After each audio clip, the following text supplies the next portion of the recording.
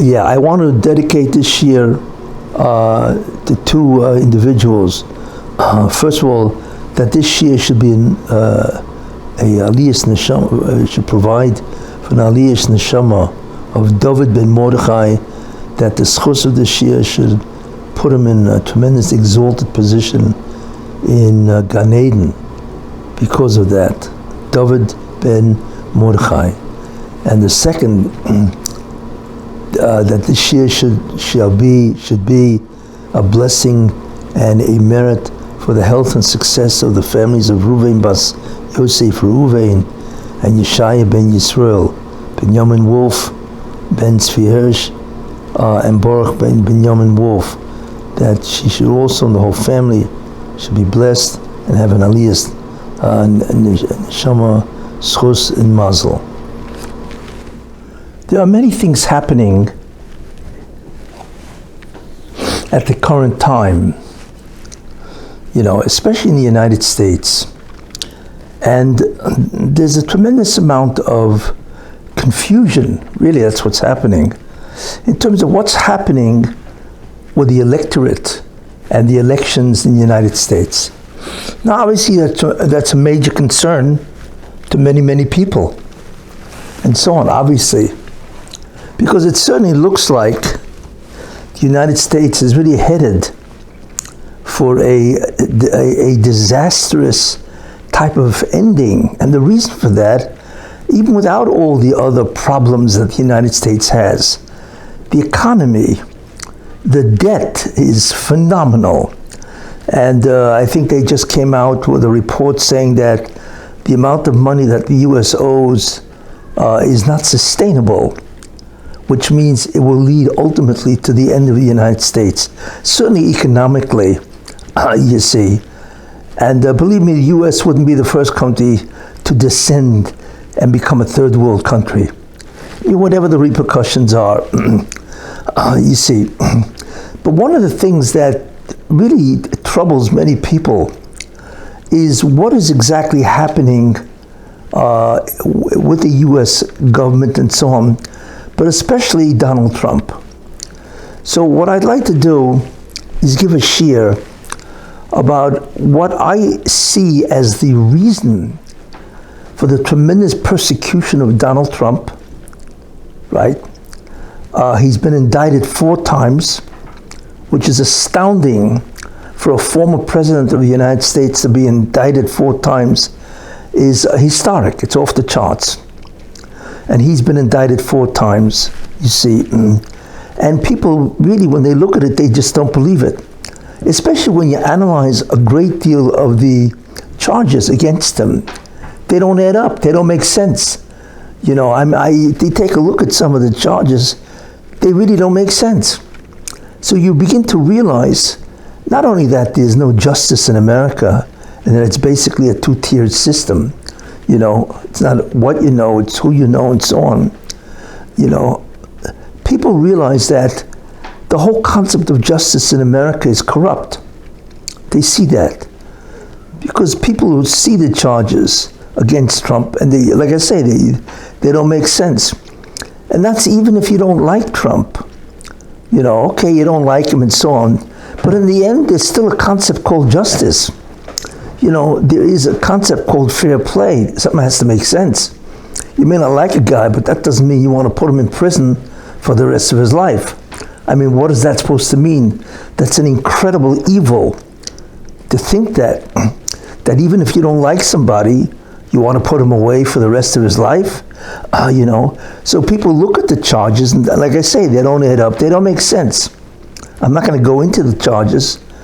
But anybody who is fair-minded, and is not biased by his view of Donald Trump, sees that the whole thing is a frame-up. It's a setup. And we know the reasons why. Because they know that Trump is going to clean house when he becomes president. They know that. And they're tremendously afraid. But what I'd like to deal with in this year is why do I think, and of course, based on the framework of the divine plan itself, why is the Rebbe allowing America to get away with this?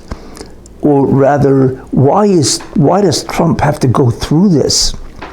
Especially when you see the corruption of the DOJ, because we realize the entire United States government is against Trump. The White House is against him. The Department of Justice is against him. The FBI is against him, right? The CIA, the intelligence services, right? They're against him. The IRS is against him. Secret Service is against him. You begin to wonder, can anybody stand up against the United States government? And I want to tell you something. Even if he succeeds, which I believe he will, but even if he succeeds in defending himself against all of the 4 indictments, which, by the way, comes out to 91 counts, and each count can be a jail sentence, whatever. Even if he succeeds in defending himself, could you imagine the amount of money it costs to defend himself? You see, in fact, that's really what destroys somebody. If you're indicted by the federal government, basically it's horrendous. Because even if you defend yourself and you're found innocent, it'll cost you $1 million to defend yourself. So in essence, you go bankrupt. Because the government has unlimited resources. You see, they can go at this forever, so to speak, And you run out of money very quickly because lawyers charge a tremendous amount of money and so on. And I'm not even talking about, the money issue with Trump, but could you imagine the toll it takes on a person's tranquility or mental health, that he has to sit and worry about 4 different charges against him, any one of which can put him in jail for the rest of his life, basically. You see. So therefore, we really look at this and we say, I don't understand what's going on here. So we can understand why they're doing this. I mean, obviously they're all evil, because the charges don't even add up, and it's unheard of to condemn, a former president of the United States. I'm not even going into the morality of it and the righteousness of it and so on, and the dignity of it and so on. But it is something that we certainly have never witnessed anything like this in American history.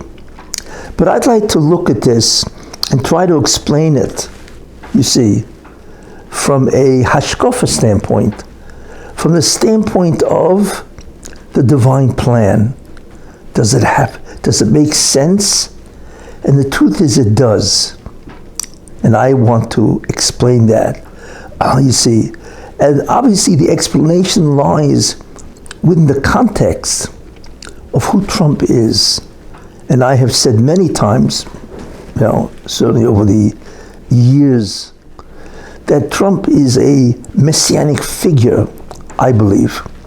He's a messianic figure, not that he's the Mashiach, obviously not, he's a guy, but that he's a messianic figure of Edom being Esau, and he is a figure that represents Esau. And I've said that who knows how many times and so on, and what his job is. But I want to elaborate now and so on, and then from the elaboration, we can get a much clearer view of what is going on. You see. So, first, some of these ideas I've said before, but in order to properly bring everything into context, I will have to repeat some of the ideas.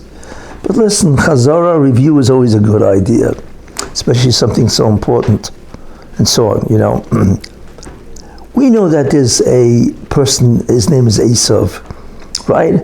And he had a brother, Yaakov, and of course, he is the son of Yitzchak, Yaakov and Esau, and so on.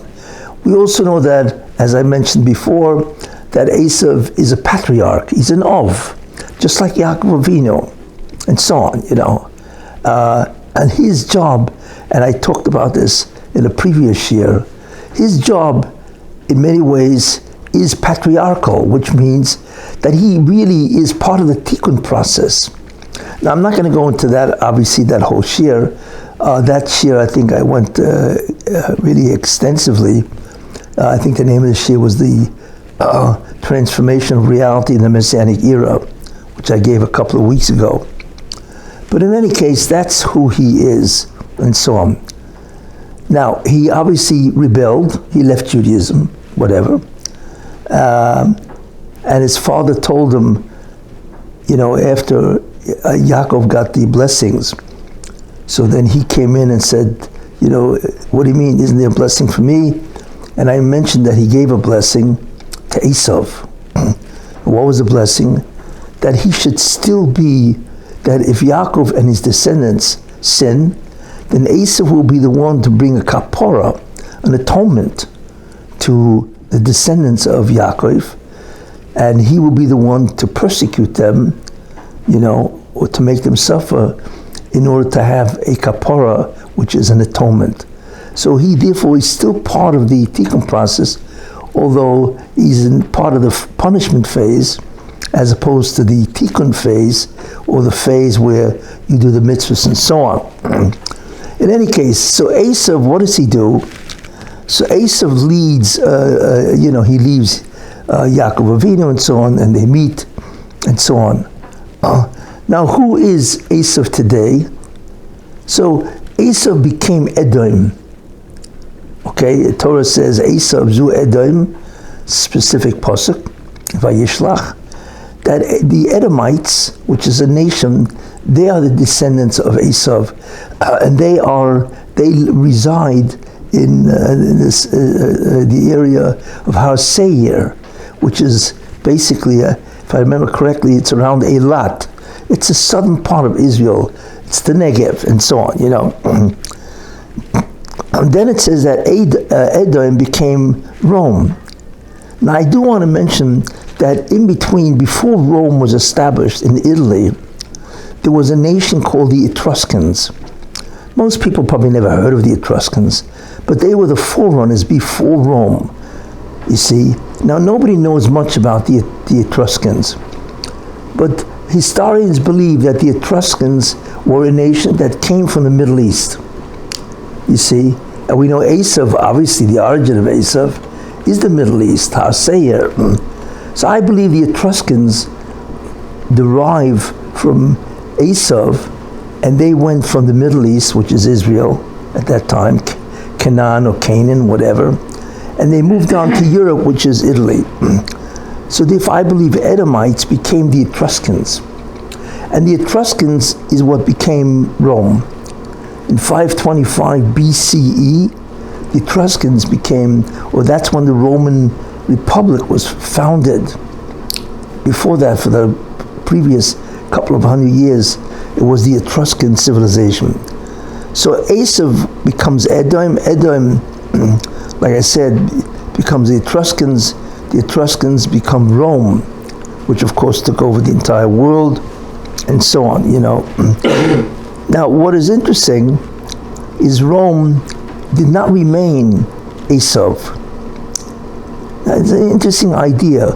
You see, once Yitzchak gave over the ability or the task of Esau to punish Yaakov and his descendants in order to achieve a kapora, an atonement, right? So there was a big problem, because it would take at least another 2,000 years. Rome was, let's say, was founded as a nation, republic 525 BCE, you see. But that would mean that in order for Esau, in the form of Rome, to do his job, right, he would have to be a ruler of the world, right, for 2,500 years, because that's really what we're looking at now. 2,500 years after Rome became a republic, you see. But clearly the Rebbe did not want that. He doesn't want Rome to be, the head of the nations in that sense for so long, because that's what it would have to be in order for Rome to be able to persecute, right, the Jewish people. So what the Rebbe did, is Rome therefore became a religion. You see, Rome turned instead from a nation which can persecute the Jews They destroyed the Beis Hamikdash and so on. And Rome therefore changed into a religion, you see. And that religion, of course, we know as Christianity. That's what they became. And as such, they could persecute the Jews, Christianity that is, for thousands of years, because a religion doesn't necessarily remain as a nation. There are many nations that can become Christians, you see, which is really exactly what happened. So Rome became Christianity, and as such, the whole Europe became Christian.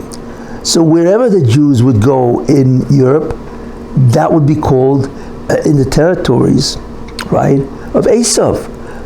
And therefore, no matter where they would go in Europe, they could be therefore persecuted by Esau. That's a very important concept. Now, Christianity itself obviously became part of what's called Western civilization, you see. And what I once mentioned quite a while ago is that Western civilization can be subdivided in three parts. Why? First of all, what are the three parts? So the Soviet Union or Russia is one, Europe is two, and the United States is the third part, three. Because Esau had three characteristics, which I once mentioned. The first characteristic is that Esau is a tremendous min. A min is a Epicurus heretic. That's who he is. And of course we know that Russia is heretical. You know, even though there's a thing called the Russian Orthodox Church and so on. But Russia under the communist regime were complete atheists. In fact, they hated religion and so on.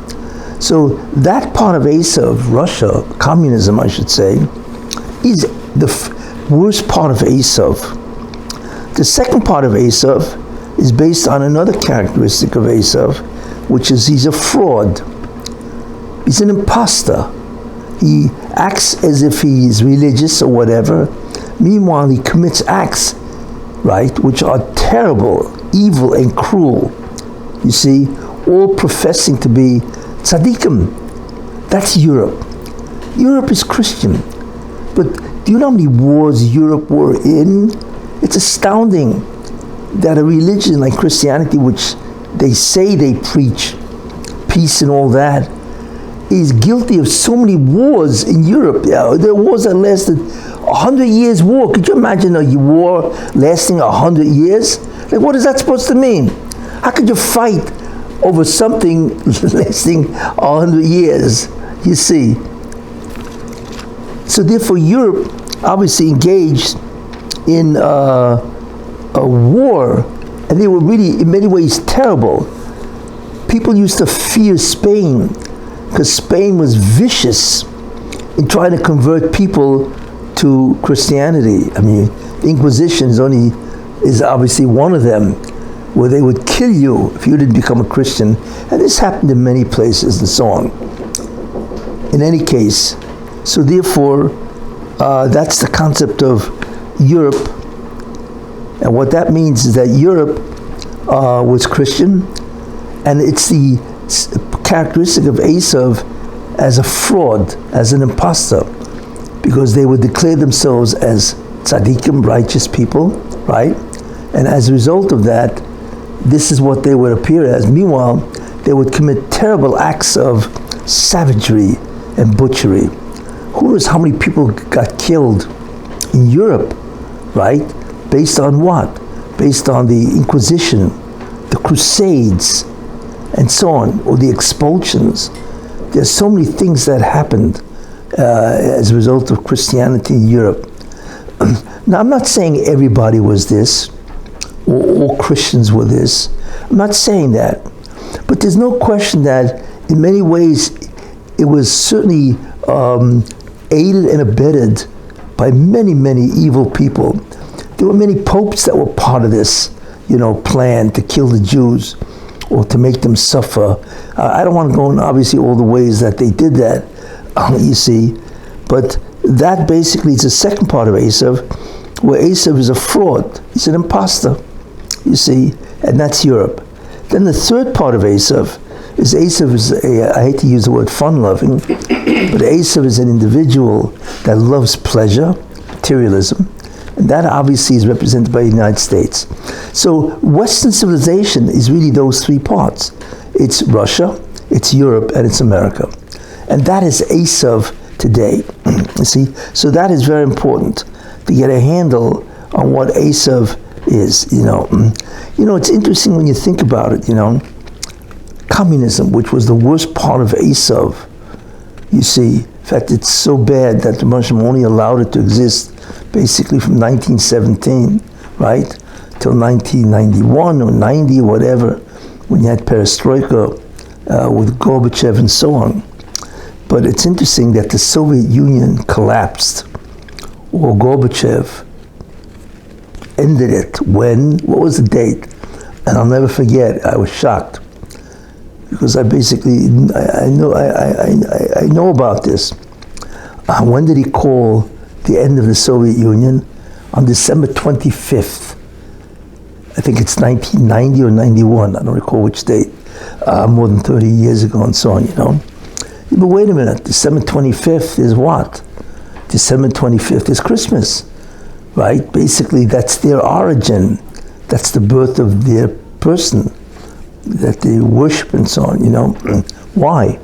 Because communism is really the worst part of Esau. And Esau is fundamentally Christianity, you see.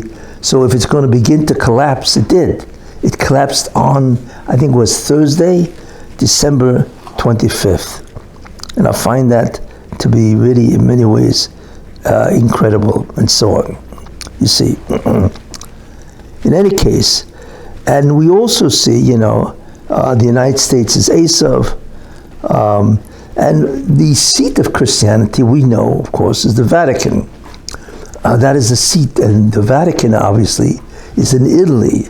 That's where it is. So Italy really took over the entire inheritance, so to speak, of Esau. You see, Italy, the Vatican, is the seat of Christianity. And it took over the entire, you know, culture, basically, of Esau himself. In fact, what's interesting is that the word Vatican, right, if you spell it in Hebrew, and you jumble the letters, Vatican in Hebrew is the same letters as Tikkun, which tells us that Esau had a specific task in the Tikkun process. And we know that what the task is. That task is to do what? Is to bring a kapora to the Jews by having them suffer. In fact, one of the interesting ideas also is that if you look at Italy, it's shaped like a boot. It's famous, shaped like a boot. And the way Esau is described in the Torah is a boot. The cave Esau and the heel, and Yaakov held on to the heel of Esau. So the Torah's description, you see, of Esau is really, besides having red hair, it's a boot, you see, and Italy is shaped like a boot, which is very interesting. And there's always something which, when you think about, makes a lot of sense. What doesn't make sense is why Christianity is in Italy. Because if you think about it, Yeshu was Jewish. So therefore, his place of residence, in fact, that's where he lived, should be in Israel or Judea. So why did Christianity make their seat in the Vatican, which is located in Italy? And the answer to that is because Rome, or the Italians, right, is really the inheritors of Christianity, you see. And therefore Christianity, which takes its cue from Rome, Rome of course is Italy, therefore Christianity, which inherited, right, the concepts of Rome, they therefore are in Italy. Makes sense. Not in Israel or Judea, and so on. In any case, this is what we see, you see. So as I mentioned, Rome became a religion. So therefore the Jews, no matter where they would be exiled, would always be called, they would be located in Europe, which is Western civilization, and they would be subject to persecution. So therefore, Esau now becomes a religion which now can follow the Jews wherever they go. Any case, that's what happened there. In fact, what is interesting is in Ari, the great Kabbalist, the Ari, says that Yeshu was a Gilgal of Esau, which is interesting, and so on. So Esau clearly is part of the whole tikkun process, you see. So that is what Esau is. Okay. Now we know something radical happened. What is that? And that is that, which I mentioned in that shir, the previous year, and so on, you know. And that is that Esau became two dimensions, two forms. You see, the first form is the one that persecutes the Jews. And that is what's called Rasha Esau. That is the evil part of Esau, you see. So that's one dimension or one form. And the second part is where we read, and I mentioned this, the whole story, where Esau wanted to do tshuva, and he almost did. Had Yaakov recognized that, then had he given Dinah as a wife to Esau, then Esau would have been restored, basically, as a patriarch and so on. I had mentioned this in a previous year. So therefore that becomes a second part of Esau, or a different form of Esau. You know, which is interesting, that Esau actually split in two different forms. The first form is called the Rash of Esau, the evil of Esau. And the second form is the Tov Sheb Esau, the good part of Esau, that inherently wants to return and fulfill the passage where it says, "V'rav ya'avod tzo'ir," and the older will serve the younger. You see, so that's a prophecy which must happen, and that means that Esau is destined to do tshuva at the end of time. You see. In any case, therefore, this is what we see. Therefore, what is interesting in this analysis, that Esau really is two types. One is the bad part of Esau, and the other one is the good part of Esau. But the good part of Esau will only emerge at the end of time. That's when they emerge and so on. Now, there is, we are now in Parshas Nitzavim, and there's a Haftarah at the end of Nitzavim, which I had mentioned before. But we now begin to understand something very unique. What is that? What that is the following. Yeshaya Hanavi sees in a prophetic vision, he sees the Rebbeinu Shem on a horse. It's an image, right? And the Rebbeinu Shem's clothing are all red. Why? Blood. In other words, the Rebbeinu Shem is showing him an image of the Rebbeinu Shem riding on a horse, stained in red blood. So Yeshaya Hanavi gets very nervous, obviously, because that indicates war or calamity, terrible calamity, because you're looking at blood-stained clothing of God. So he's afraid. So the Rebbeinu Shem says, don't worry, this is not for anything Jewish. So what is it for? He says, because of the iniquity of Edom or Esau, for the thousands of years, what they've done for the Jewish people, right? I crushed Esau. And you use the word crushed.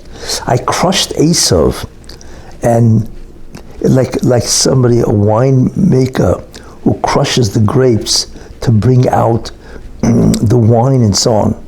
So I crushed Esau, and the effect was devastating to Esau, and his blood spurted out of his body and has stained my garments.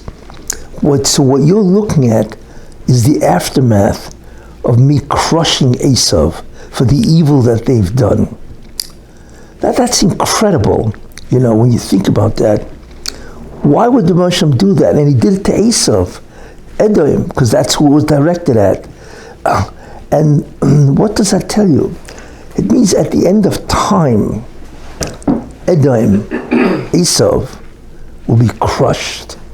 Why? Could you imagine how bad they have to be? That their blood spurts because of all the bloodshed that they've done to Jews. I mean, it's one thing to punish Jews, you persecute them different ways, but you don't slaughter them. And they've been slaughtered for thousands of years. What did Rome do to the Jewish people? What did Christianity do to the Jewish people? And you think about it, right? You have expulsions from countries, left and right. The famous York in England, where they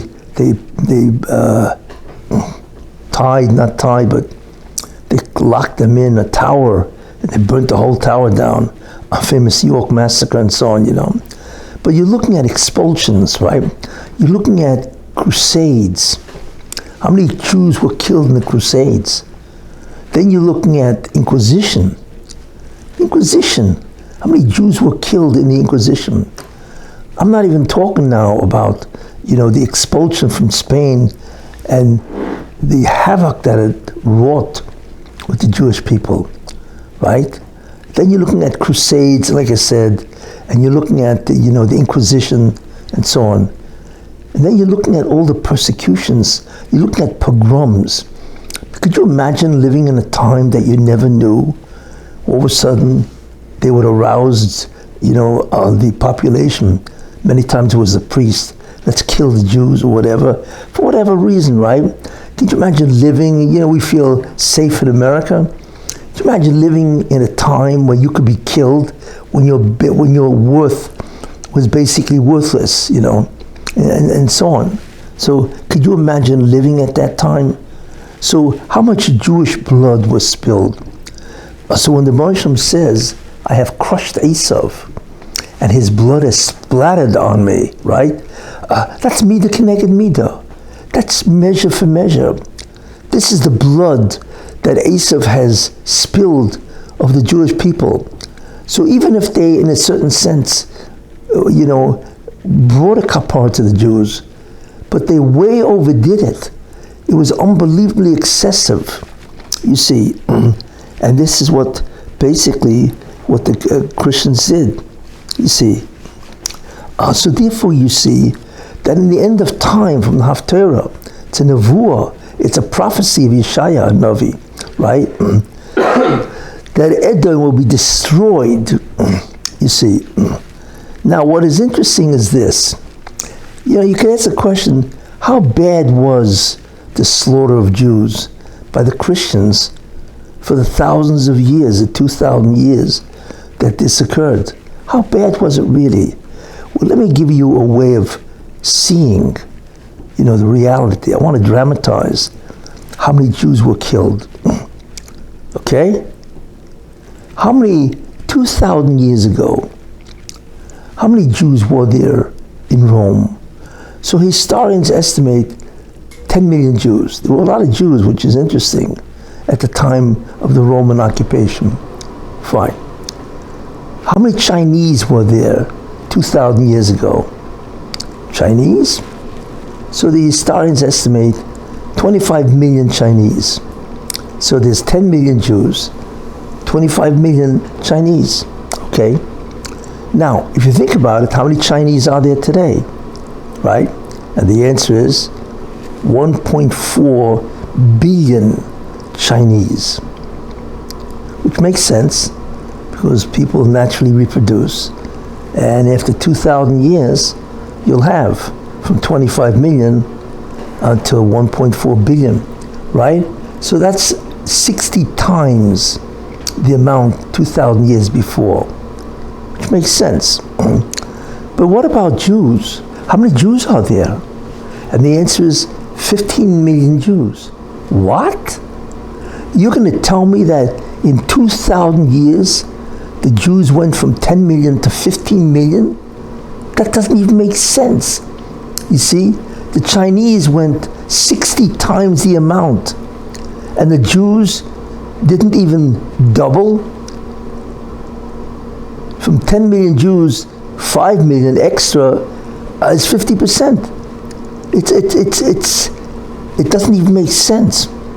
So the question, how many Jews should there be based on the normal propagation of people, right? So we see that the Chinese go from 25 million, right, to 1.4 billion, which is a growth rate of 60 times the original. So if you multiply the same thing, 60, right? So 60 times 10 million, right? Which would be, how many people would that be, right? That would be approximately 600 million Jews in 2,000 years. And what's interesting is the Jews are much older than the Chinese, basically. We go back to Abraham, which is 4,000 years ago. You see. So could you imagine that today there should be, by normal reproductive statistics, there should be 600 million Jews. So how could there only be 15 million Jews? What does that tell you? Because that's the people that were killed over the 2,000 years. You see, this is all the result of the destruction of the Jewish people. I should say the slaughter of Esau or Edom. That's a shocking number, you see. So therefore, when God decides, it's one thing, you want to persecute the Jews, which means you want to shake them up, whatever. But you killed, right? So now there's 15 million, it should have been 600 million, right? So that means we're missing 585 million Jews. Staggering, you see. Therefore, the Hashem says, in the end of time, I'm going to crush Esau, and I'm going to spill his blood, you see, the way he spilled the blood of my people. That's how bad Esau has been to the Jewish people, you see. In any case, so what do we see? That the Rebbeinu Shem is going to go after them. But we realize also, this is not all of Esau. This is the Rash Esau, you see. But we also realize that there's a part of Esau that ultimately will restore themselves to doing good to the Jews, you see, which means to assist them at the end of time. This is what we see. Like I said, that there are two dimensions or forms of Esau. Very important. And we realize that when the Moshe says he's going to crush the Esau, it's going to be the Rash of Esau, the evil of Esau, you see, and not the good part of Esau. In any case, so this is so far what we see. What is the tshuva of Esau, really? What does it come to? So the tshuva of Esau is two things. One, to assist the Jews in terms of advancing the Messianic process. Israel, and we see what Trump did. And obviously Trump is the good part of Esau, because that's really what his job is, and so on. But Esau has to assist the Jews not only in helping the Jews, but they themselves are selected to destroy the Rash of Esau. See, that's the interesting part. They themselves will destroy Esau in his form of being evil. So what the Russian will use, and they really therefore will be his agent, you see. It's not that the Russian is going to crush Esau directly. The Russian doesn't do that. But he's going to assign or designate another people that will destroy the evil of Esau. Who are they? The good part of Esau. So you can actually have the ultimate war of good and evil, Esau against Esau, you see. And that's really what we're seeing. So that those are the two major jobs of the good part of Esau, to assist the Jews, which was Trump has done, and to destroy the evil part of Esau, you see. Now, let's take a look at what's happening in terms of the history. And we now can have a focus much clearer, and then you begin to understand what is going on. I've said, like I said many times, that Trump is a messianic figure. He's a Mashiach of Edom, not the Jews, but a Mashiach of Edom. He's the Tov Sheb'Esav, and that's exactly what he has done, right? What has he done? He has assisted the Jews. I mean, it's incredible how many things he's done for Israel, besides making Jerusalem the capital, right? And the Golan and so on. But he has interfered with the UN, right? He has withdrawn support from UNICEF and so on, right? And he has kicked out the Palestinian consulate or whatever from Washington, D.C. He has done so many things in the service of the Jews. And one of the greatest things is that he has begun the process, right? He has begun the process of this, of helping the Jewish people, you see. In any case, so far, this is what he has done, right? Now, I'll tell you something very interesting.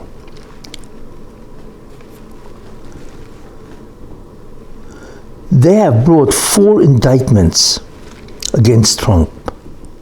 And those 4 indictments are 91 counts total.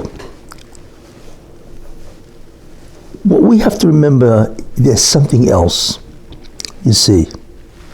And what do I mean? Those 91 counts, if you add up all the prison time of the 91 counts, comes out to 713 years. So that's the potential maximum, right, of the amount of prison time that Trump is looking at, right? 4 indictments, 91 counts, a total of 713 years. What is interesting about the year 713, right, is that that's the gematria of tshuva. The gematria of tshuva is 713. What can that allude to? What that alludes to is the following. What the Moshe is going to do, he just doesn't designate somebody, because in order to have that merit, right, of warring with Esau, the evil part of Esau, and assisting the Jews, what about all the evil that Esau has done? And it's not just the evil of Esau, even the good part of Esau, they've had their heyday, and so on. So they have to atone for what they did. So what the Rabbi in many ways has said, you, Trump, have to bear the iniquity of the Tov Sheb'Esav. And that's really what's happening. Therefore, Trump has to go through his kapara. You see, he has to go through his atonement process. Because in many ways, he bears the iniquity. He represents the good part of Esau. And they have been guilty of a tremendous amount. But what the Moshe wants to do is that they have to have a kapara. And I believe that's why he's suffering so greatly, in order to have what's called a tshuva. Because 713 years is gematria tshuva. In other words, Trump bears the sin of the good part of Esau, you see, and therefore that's why he's suffering so great. Because Esau, the good part of Esau itself, needs, you see, it needs a kapara for what they have done, you see. So that is really very, very important, you see, in terms of what Trump has to go through. And I believe that's why he's suffering so greatly. Because as a messianic figure, right, as a messianic figure of the good part of Esau, they have to have a kapara. They have to have an atonement for what they've done for the thousands of years. You see, that part of Esau, like I say, needs a kapara, you see. And in many ways, if you think about it, Look at what's happening to Trump. What's happening to Trump is exactly what Esau has done to the Jewish people. Think about that. Okay? One, they have slaughtered the Jews, like I just pointed out, right? There should be 600 million Jews, and meanwhile there's only 15 million, right? So they have killed an enormous amount of Jews. So therefore, he also, Trump, has to be, in a certain, figuratively, slaughtered. They have criminalized Jews over thousands of years. They have accused them of all kinds of crimes, you see. So therefore, Trump has to be criminalized. All of this is mida keneged mida, you see. Not only that, the Christians have disgraced the Jewish people. With their anti-Semitism, they have disgraced the Jewish people. I mean, they look at a Jew like a cockroach. That's what the Nazis held. The Jews are not even human. They're insects. Imagine what kind of disgrace that is. So therefore, Trump has to feel the disgrace. And he has been disgraced, you see. Not only that, Trump is mocked. Well, they mock the Jews. The Jews are the laughing stock, right? Used to go through a whole village, just kill all the Jews or all the other things that they force Jews to do, right? Therefore, Trump becomes a what? He becomes a laughing stock. How much money did they cost the Jewish people? And so on, right? The loss of income, the loss of the economy. And therefore, Trump has to lose a tremendous amount. Because remember, and I think the ultimate disgrace, you know, is that Trump had to take a mugshot. Would you believe a former president of the United States has to go in front of a camera and take a shot as a criminal? I mean, can you get any more disgraced, degraded, right, as that? You know, I mean, I wonder, what did he think when he's the former president of the United States and he's got to sit there taking a shot as if he was a low-life criminal, you know? And he's got to take this? I mean, this guy's, he's always been treated as, you know, elite and special, and, you know, where he associates himself with the rich and so on. And meanwhile, they're acting to him as a common criminal. I don't think you can get more disgraced than he got by the mugshot. But why? Because that's mida keneged mida. You meaning Christianity, right? The evil of Esau has disgraced Jews. They have been the laughing stock, mocked, disgraced for 2,000 years. And like I said, Trump bears the iniquity because he's the one who's going to destroy the evil of Esau. And that's exactly why they hate him. They'll do anything to stop Trump, obviously, because they know, you see, that if Trump becomes president, as they say in English, their goose is cooked. You see, they're finished. Because all of them, basically, all of them have committed felonies. And he's going to go after them. But not only for revenge, because of what they've done to the United States. I mean, the amount of calamity that they've introduced, the amount of corruption, the amount of, not just corruption, but the amount of evil and immorality and so on, what they've done to this country is beyond measure. You see, I'm not even talking about the things that they've done. You know, the crime is rampant, and the energy crisis, the border of illegals. Then you have the migrant crisis that's destroying cities, New York and so on. Then you have shoplifting, you have Afghanistan. It's just beyond belief what they have done. So therefore, you see, Trump, in a certain sense, has to go through this as the representative of the good part of Esau. So in a certain sense, before he can carry, you know, the burden of assisting the Jews, he has to have a kapora, not necessarily because of his own private life, maybe a little of that is included, but certainly for the kapora that the good part of Esau needs in order to be atoned for what they've done to the Jewish people. And this is what we see, you see. So when you think about it, he has done this incredible suffering. I mean, could you imagine what he thinks about, before he goes to sleep, what he's going to do to those guys, and so on. And Trump is not a guy that forgives very easily, He's not a guy you can cross and think you can walk away and nothing's going to happen, When he becomes president, he's going to use the entire office of the presidency to wipe them out. You see, all of them. And of course, I refer to the Democratic Party, because the Democratic Party, the liberals, the progressives, they are the evil of Esau, you see. And there's also other ideas. We don't realize the evil that they have done to America and the entire world, because America is a beacon to the entire world. They have corrupted. I'm not even going into the transgenders, the abortions, you see, and the LGBTQs and so on.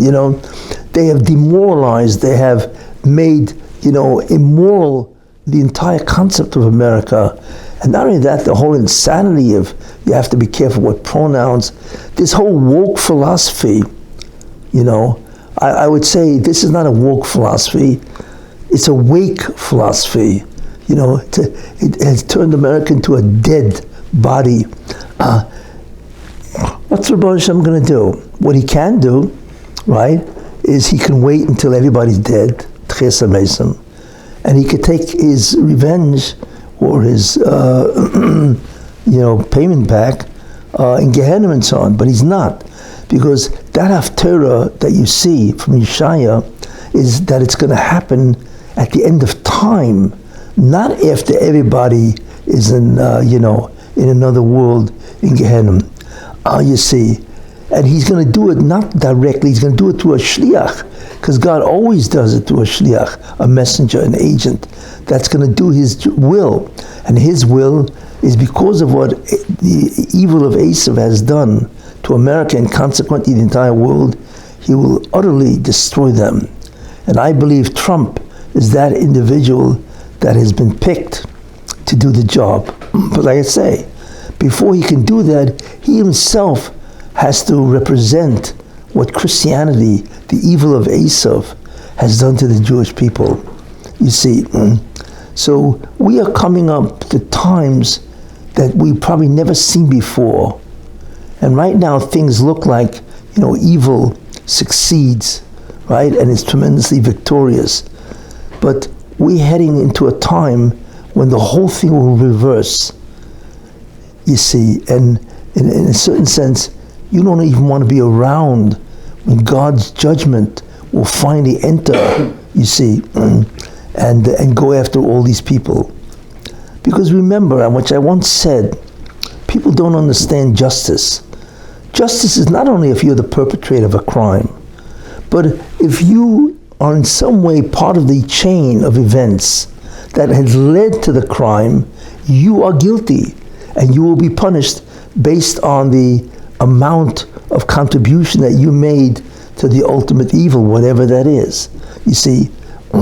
So, if you think about, how many people in the government of America that do evil, and therefore they contribute to ultimately evil being done, but they're part of what's called a causal chain. You see, they will be punished in proportion to the contribution that they've made. And they don't even understand what's going to happen to them. Take classic abortion. You see, does the Supreme Court even understand what abortion is?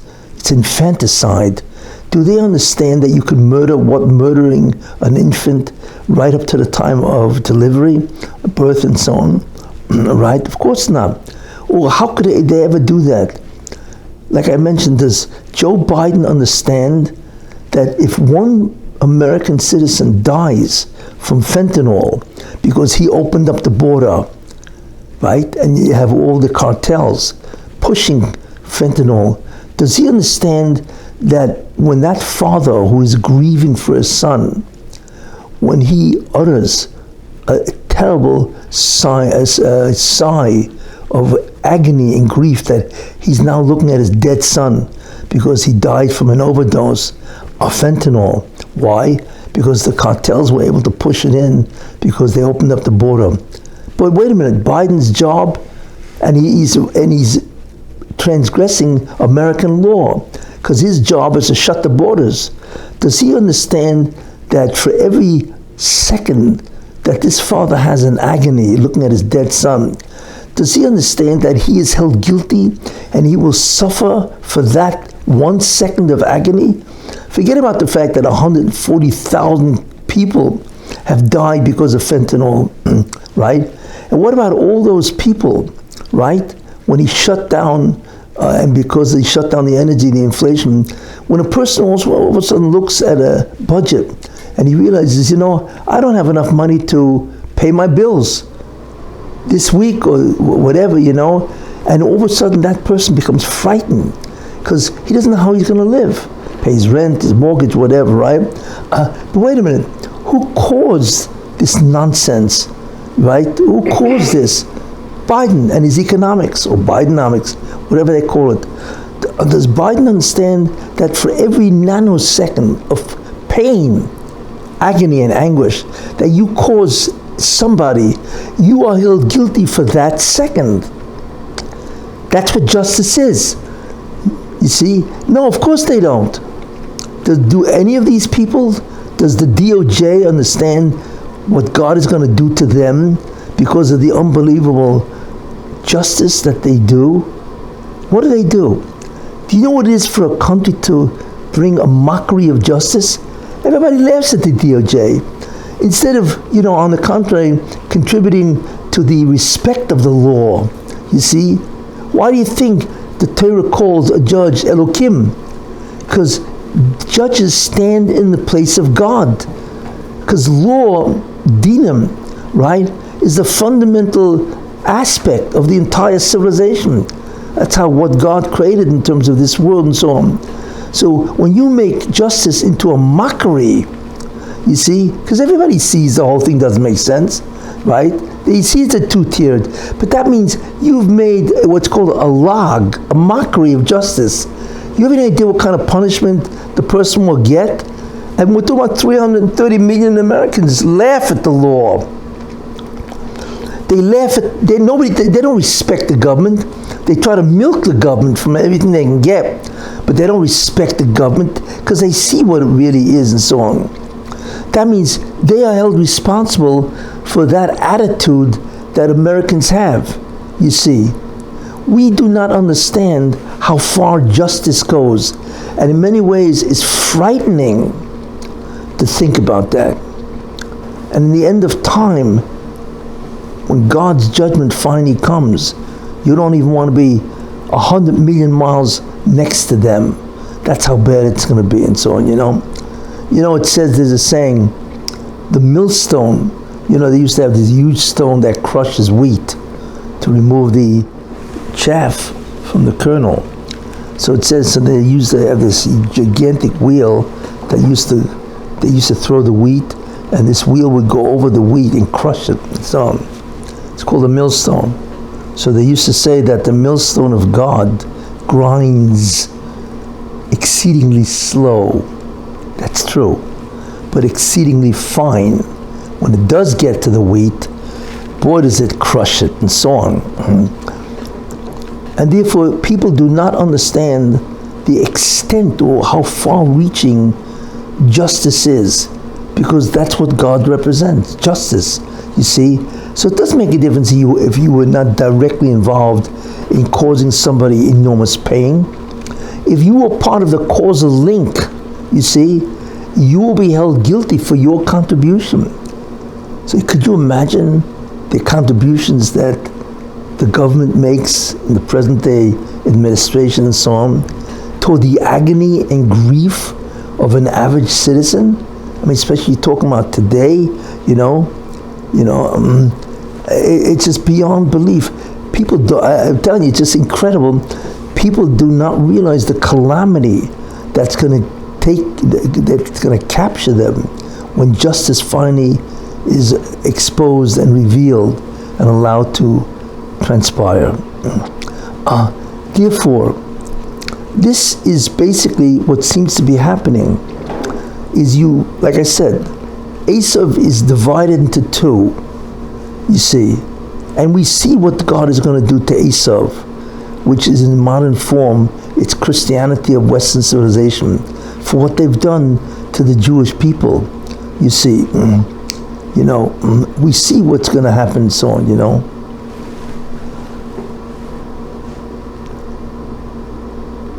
There's something which is interesting, In the year 2000, by the millennium, so there was a pope that went to visit the wall, the causal. I forgot the name, but he was a pope. And this was in the year 2000. And that's unheard of. That's the first time in history that a pope has gone to Israel and actually went to the causal. So I remember I thought about that, and I said, why is he doing that? I mean, Judaism is the opposite in many ways of Christianity. So why would he go to the causal in a certain way and sort of like acknowledge the authenticity and the authority of the Jewish God? It's an interesting question, because it was an incredible departure from what a pope should be doing. No pope in the history of the papacy has ever gone to Israel in that sense, but Israel in the sense of going to the causal, which is a distinctive Jewish holy site. I thought about that, and I realized why. Because Christianity has a major problem, and they have never solved it.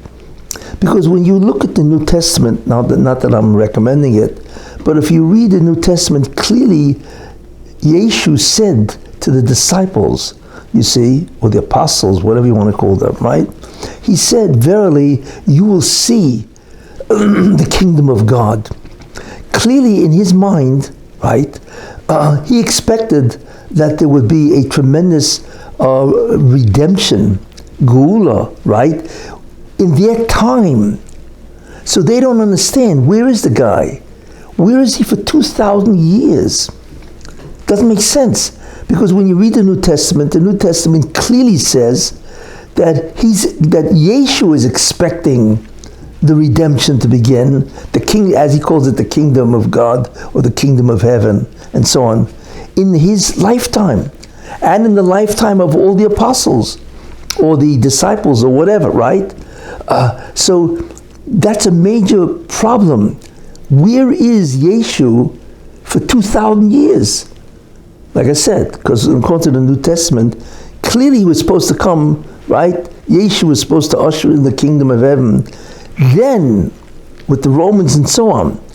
So that's a major problem. So therefore they had to obviously create a theology where there's a concept of a second coming, right? He's got to come again. Obviously he didn't come the first time.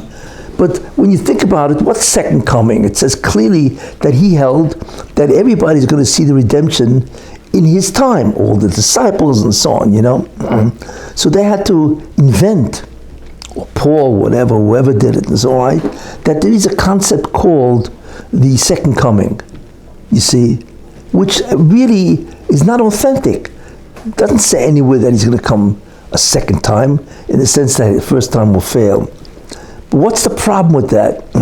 So I believe, and this is a personal belief, that the Pope at that time, in the year 2000, right before the millennium, right, he went to the causal. Why? Because he's suspicious because of this problem. How come he's never come? You see? And you don't want to immediately think of the second coming. You want to know, why didn't he come when he said he's going to come, right, and bring the redemption, right, in his lifetime? So I believe he tried to figure out the answer to that. So I believe that what he thought about as a possible answer is that he believed that the Christians overdid it. Because everybody knows the Jews are the children of God. It says that. God calls us. He says he loves us. He says we are his children. Fine, so even if you believe that there's a concept called the replacement theology, which means God replaced the Jewish people, instead he picked the Goyim, whatever. Even if you believe that, okay, but how do you kill Jews for 2,000 years? Where do you get a right to butcher the people, Jewish people, because even they admit, the Torah says, that they are the children of God. How would anybody think that God feels, right, when they are massacring the Jews? So I believe he felt, and it's my belief, that he felt that maybe that's why Yeshu never came, because they overdid it. Hey, you can't do this to my kids, so I'm not bringing the Redeemer based on them. So I believe that's what the Pope believed, and that's why he's never come. But they believe that the millennium is a propitious time for him to come, so he went to the causal, you see, and I forgot the exact wording of his prayer, but I believe he was hoping that he apologized, and he did. I think he did apologize. He apologized for the slaughter of the Jewish people, the persecution for 2,000 years. Why? Because I believe he felt that that's the reason why Yeshu never came. So even he understood that you guys overdid it. You know, you want to disagree with them, or you feel that they're wrong, and there's a whole concept of what's called the replacement and so on, that the non-Jews replace the Jews, whatever you want to believe. But that doesn't entitle you to destroy, to butcher, to slaughter the Jewish people. You know, okay, so they don't accept it, therefore what? So let them go their way, or if you want to persuade them, do it in a gentle way. But you can't kill them, mass slaughter. Like I just indicate with that statistic, 585 million Jews should have been around. Of course God's very angry at the Christians for what they did. So I believe that's the reason why, you know, why he went to the causal. And he's the only one in history that ever did that. To somehow, you know, placate God with a prayer saying that we're sorry we destroyed them. Because we overdid it. How do you do something like that? In any case. So therefore, like I said, you know, they have a problem. You see, Christianity has a monumental problem. And there are other problems. How do the Jews inherit Eretz Israel if they're supposed to be in exile for their entire lifetime, for the entire exile and so on? Whatever, without getting into Christianity. But I believe that in the end of time, which is very important, the Rebbe Shem is going to destroy, crush, and splatter their blood, as the prophet Yeshaya says, you see. But he's going to assign this to the second dimension of Esau, who is Donald Trump, which is interesting. But Trump, in order to accomplish this, right, has to go through certain requirements. And I believe that's why he's been so degraded, because that's exactly what the Christians have done to the Jews. The ultimate degradation, mockery, you see, slaughter of the Jews, criminalizing them and so on, see? And that's to enable him to be God's agent to destroy the other part of Esau, Christianity. And we are seeing it now. Because every day that passes, there's always something very interesting going on. You see, there's always something that goes against Biden, which is interesting. You know, they said, well, Trump took documents which he had no right to and they're illegal. Well, guess what? At least he was president and he can decommission the documents, right? Biden took it as a senator, which was illegal. Biden committed a true felony by taking documents as a senator. And even as a VP, he wasn't allowed to do that. So it's almost like God is doing things to almost ensure a victory. And I get a kick out of the fact that they made the first date March 4th, I think it is, the day before the what's called Super Tuesday or something like that, Super Tuesday, where there's 15 states primaries. Yeah, but how foolish can you be? Why? Because you don't want to remind what happened to Trump, the injustice of what the DOJ has done to Trump, right? You don't want to remind people, so on the contrary, they're going to get very angry, right? And they're going to vote for Trump. So this judge which is incredible, actually makes the day before Super Tuesday, when everybody's going to be reminded, because the court starts and it's going to be covered by every reporter in the universe, you see. So it's going to bring to the consciousness of the entire American people the injustice of the Department of Justice, and that Trump is a victim. And then the next day they vote. But why are you reminding them? You see, this is all min hashamayim, I believe, you see, that is going to ensure a victory of Trump over, and so on. And of course, many things. Look at the migrant crisis in America. It's hard to believe what New York City has become. I mean, it's just beyond belief what New York City has become, that the migrant crisis, they don't know where to put them, you see, and it's billions of dollars. I mean, it's lunacy. That's really what it is. It's hard to believe that grown adults can act so stupid to invite people in that you have no resources in order to do that. So that's going to remind everybody that these guys, these Democrats, are destroying New York City. That's what it does. So each one of these things is a nail in the coffin of the Democratic Party. It's incredible. And every time Trump is indicted, right, he goes up. I think now he's 60% or something like that. And even DeSantis is like down to 13, whatever. And they don't know what to do. They think that Trump is going to lose to Biden. I don't believe that can be at all, because I believe that Trump is the person that's destined to wipe out the Democratic Party, the evil of Esau. In any case, so this is a understanding, a possible understanding of what is going on.